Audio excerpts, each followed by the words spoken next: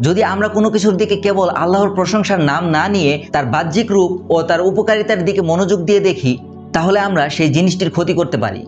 এটি হতে পারে নতুন কেনা একটি ফোন, বা আমাদের প্রিয় সন্তান, বা আমাদের আত্মীয় স্বজন, আমাদের সৌন্দর্য, বা যে কোনো কিছু যা আল্লাহ আমাদের দিয়েছেন। কিন্তু যদি আমরা এই দুটি বিষয়ের দিকে মনোযোগ দেই, আমি বলতে চাই সূরাগুলি পাঠ করা এবং মাশা আল্লাহ তাবারক আল্লাহ বলা, তাহলে ইনশাআল্লাহ আমরা বদনজর থেকে সুরক্ষিত থাকব। এখন পর্যন্ত আমরা বদনজর সম্পর্কে আলোচনা করেছি এবং কিভাবে আমরা এর থেকে নিজেদের রক্ষা করতে পারি।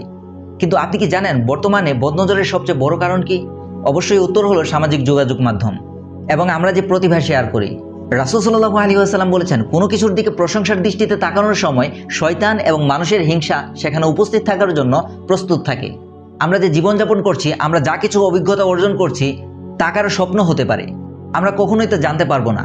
যখন আমরা প্রকাশ্যে আমাদের যা আছে তা প্রকাশ করি, আমরা কাউকে সেই জিনিসগুলোর অভাব বোধ করাতে পারি এবং তারপর হয় সেই ব্যক্তির নয়তো অন্য কারো বদনজরের কারণে সেগুলো ক্ষতিগ্রস্ত হতে পারে বা হারিয়ে যেতে পারে।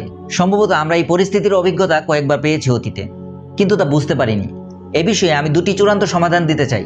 প্রথমটি হলো, আমাদের সতর্ক থাকা উচিত যাতে আমরা যা কিছু প্রকাশ করি তা আকর্ষণীয়ভাবে তুলে না ধরি। এসব করে আমাদের উচিত নয় কাউকে বঞ্চিত অনুভব করানো।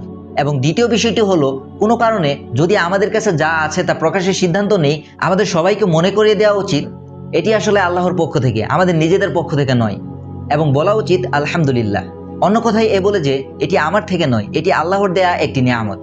আমাদের মানুষকে দেখানো উচিত যে শুধুমাত্র আল্লাহই প্রশংসার যোগ্য এবং তার প্রতি কৃতজ্ঞ থাকা উচিত।